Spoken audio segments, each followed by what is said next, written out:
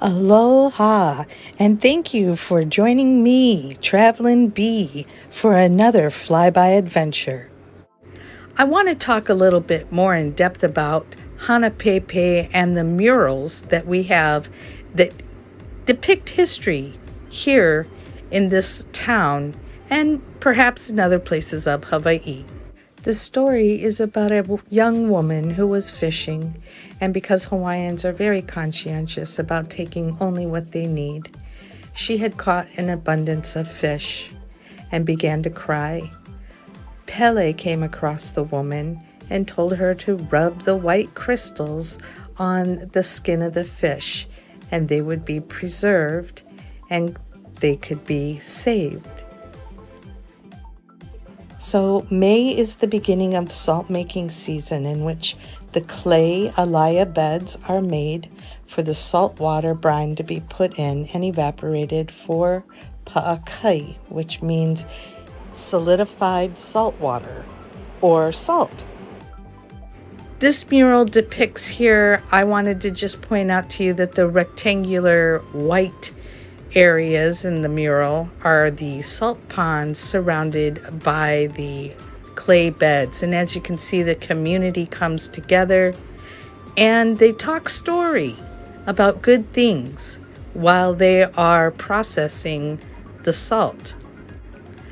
Anytime that you are working with your hands to produce a product that's going to be for yourself or somebody else, you always want to make sure that you are in a good mood. Your mana or your spiritual power goes into the product or the gift that you're making for other people. In this case, it's a beautiful handful of salt. Now, the salt bed season starts in the month of May. So if you find yourself in HANAPÄPÄ during the season of salt making, stop by the HANAPÄPÄ salt beds and see for yourself exactly how this ancient and traditional method of making the Hawaiian salt rich in the alaya red clay is made.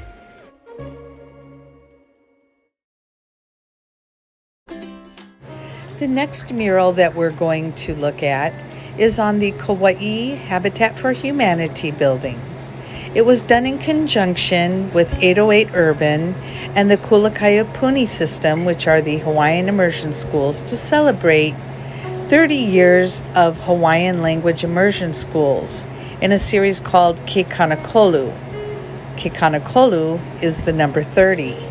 When it comes to translating the names of the islands, Lanai, which means Day of Conquest, is the only one that we can translate. The first picture in the next mural provides an opportunity to explain some of the meanings of Kaua'I. Now, because the word Kaua'I has no translation, other people have said that the name of this island is Kaua'I, which means an abundance of food, or Kaua'I. Kaua'I makes sense because this is the island with the most perennial streams, and Waiwai is fresh water. It's also the word for wealth.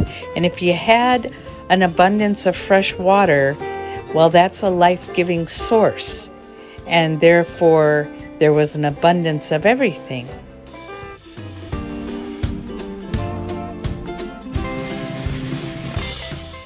Another explanation for the name of the island, Kaua'I, is if it was pronounced Kaua'I traditionally.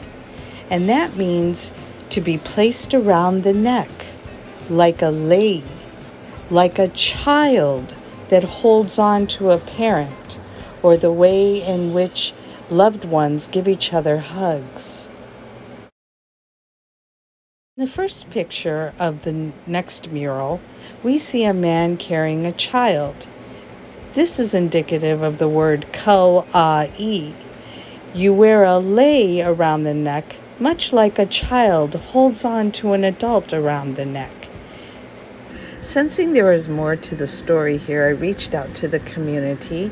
I got a response from a man named Ishmael Stagner, who believes that it's a reference to a family member of his named Kalāheo, which means a fragrant lei, and that he is the oldest brother and was protective of his younger siblings. And of course, the young child sitting on his neck is symbolic of a lei. Ni'ihau is only 19 miles across the Kaulakahi Channel from the west side of Kaua'I, and therefore the families would often go back and forth between the two islands. In the 1880s, Kamehameha V sold the island of Ni'ihau to a missionary named Elizabeth Sinclair. She wanted it to be used as a sheep ranching island. Her descendants, the Robinsons, now own the island. Today there are less than 300 Native Hawaiians that reside on the island of Ni'ihau. No visitors are allowed, however. You can take a helicopter tour, though. And here we have a va'a kaulua, a double-hulled canoe. Many double-hulled canoes are being made today in traditional fashion and are sailing all around the world and are used as floating classrooms. We have many new captains on the horizon. Polynesians are reviving the ancient art of navigation without the use of any instruments, only natural elements. Kaua'I had its own unique poi pounder, pictured here with kalo, the plant that was used to make poi from its corn. Poi was the main staple of the Hawaiian diet. Kalo is one of the healthiest plants in the world. It can be eaten from the leaves, the flowers, down to the corn.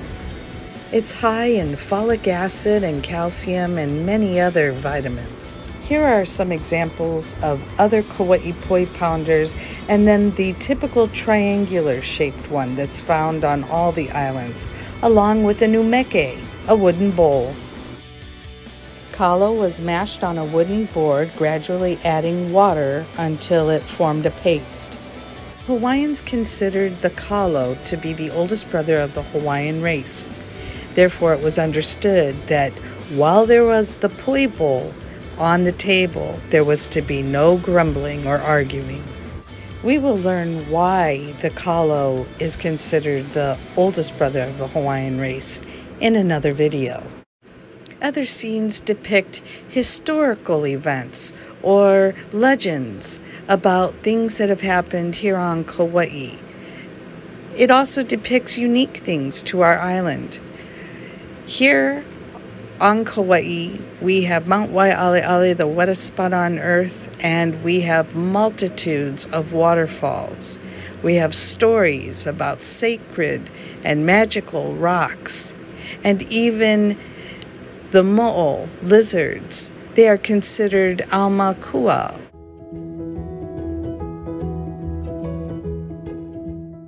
Aumakua, your ancestors, could take forms as animals or natural elements. They could help you, but they could also punish you if you committed an offense.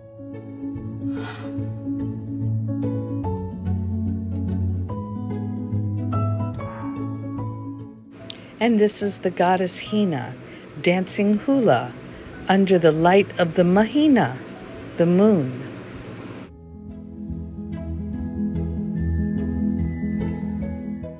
There are many shark tales in Hawaii, one of them being that of Kuhai Moana.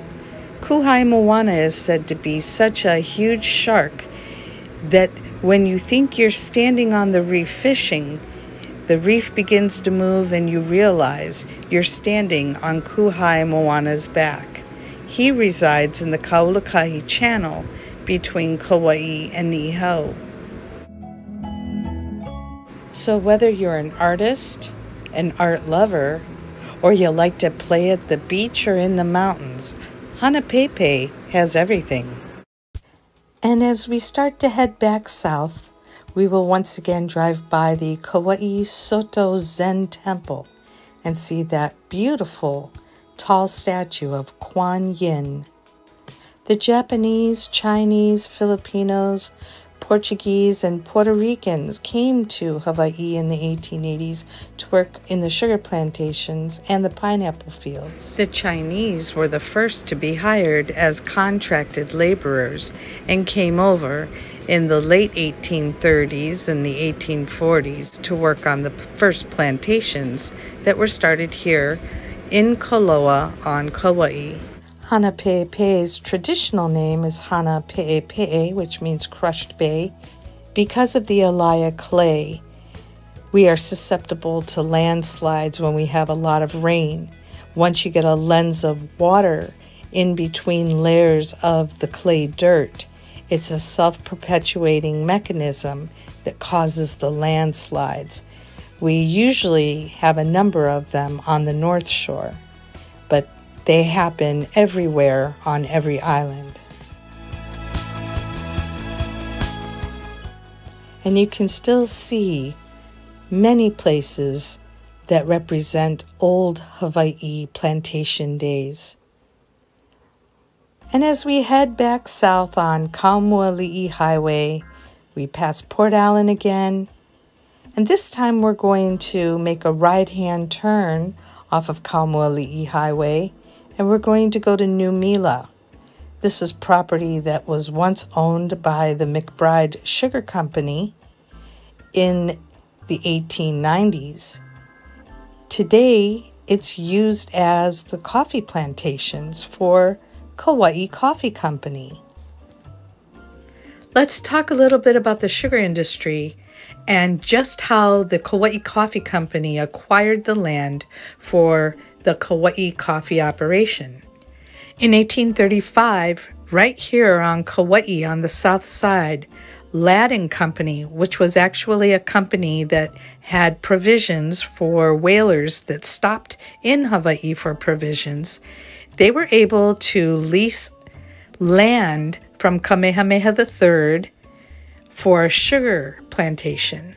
Traditionally, fee simple land was an unknown concept here in Hawaii until foreigners came and put pressure on the chiefs to sell land so that they could open up churches, number one, because the missionaries from the ABC-FM, which is the American Board of Commissioners of Foreign Ministries, they arrived in Hawaii in 1820, and they had not only conversion in mind, but shortly afterwards, there were other business prospects that they became interested in, such as sugar plantations, in which you need large tracts of land to grow sugar, and 3 gallons of water per sugar cube is needed.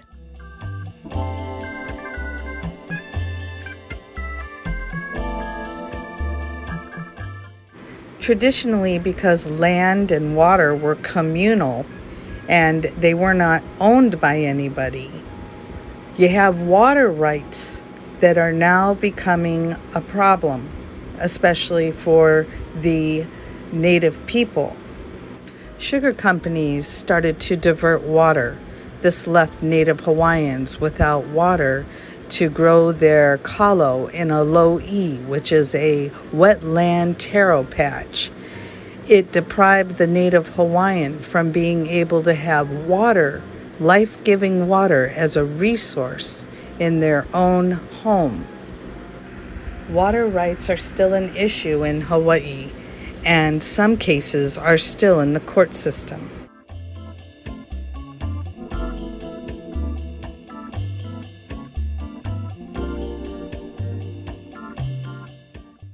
As more and more sugar plantation companies and industries involved with sugar production popped up around the islands, sugar became king up until the year 2000. The sugar industry was all but gone in the Hawaiian Islands. But what would become of all of the land vacant from the sugarcane? New crops started to be grown and new industries were developed here in Hawaii. new crops started to be grown, such as corn and cacao, or the cocoa bean. Here on Kaua'I, we have Kaua'I Chocolate Company. Due to Hawaii's rich volcanic soil, some of the world's best coffee is grown right here in the Hawaiian Islands. The Kaua'I Coffee Company sits on over 3,100 acres of land, and it has over 4 million coffee trees growing, and it makes Kaua'I Coffee the largest coffee grower in the United States. While visiting Kaua'I Coffee Company, be sure to stop in the Visitors Center so that you can sample some of the tasty 100% Hawaiian grown coffee. They have coffees that have a soft, fruity, Kaua'I blue mountain intensity. They have coffees that are chocolatey, dark roasted pea berry, and they have an exceptional range of coffees to satisfy any coffee lover's palate. They also offer flavors including coconut, caramel, vanilla, and my favorite, chocolate macadamia nut. Also, don't forget to try some of the toasty banana nut cream and hazelnut coffees.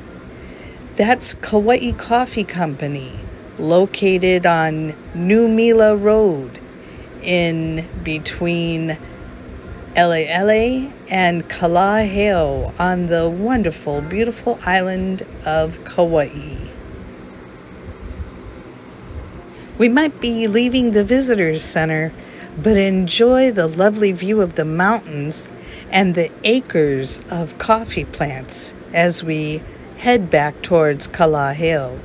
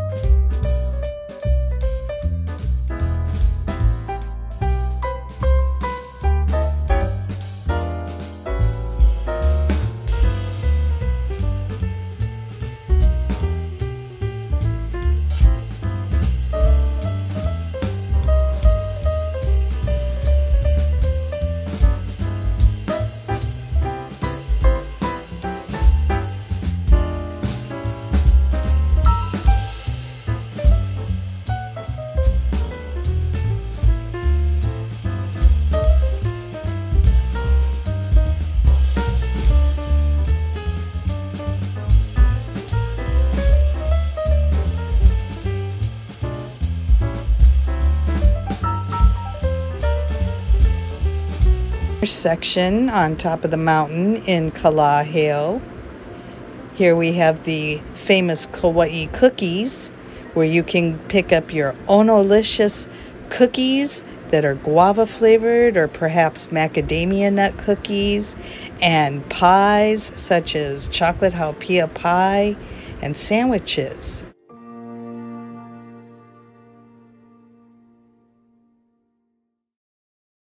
Kalāheo is a quaint small town. It's got great restaurants, a small inn, and a wonderful golf course that we're heading up to now called Kukui Olono.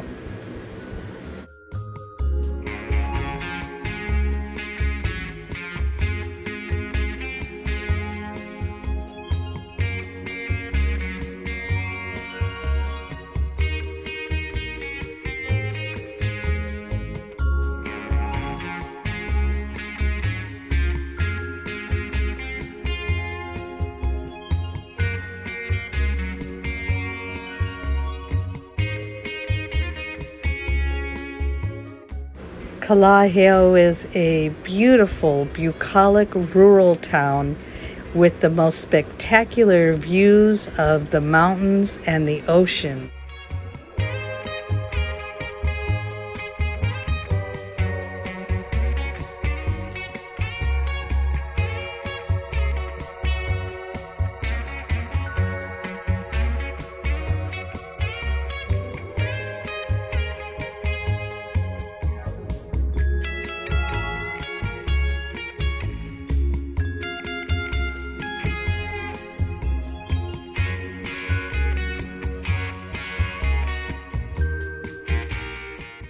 And here's the local golf course favorite, Kukui'o Lono, home of the famous rock Kaua'i.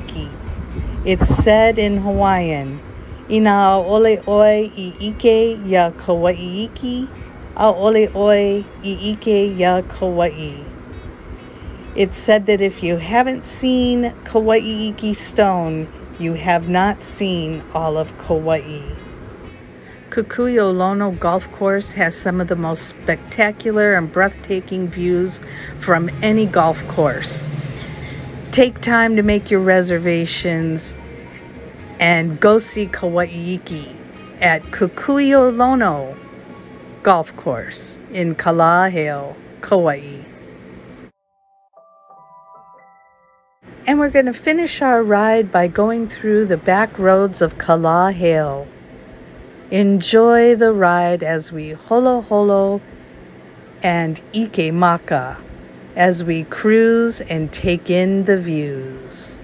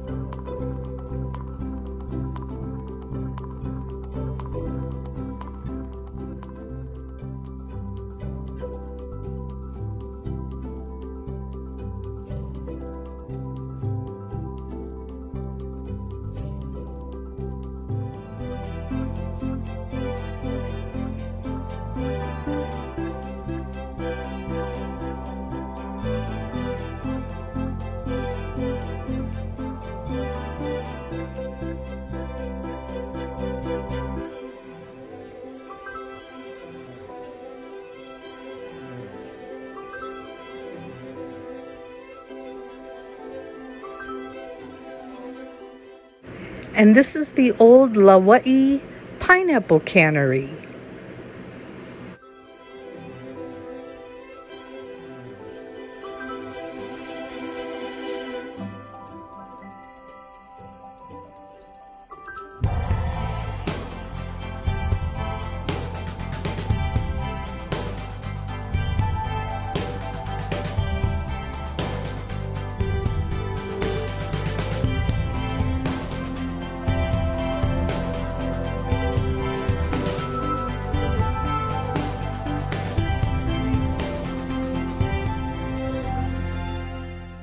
Mahalo nui loa.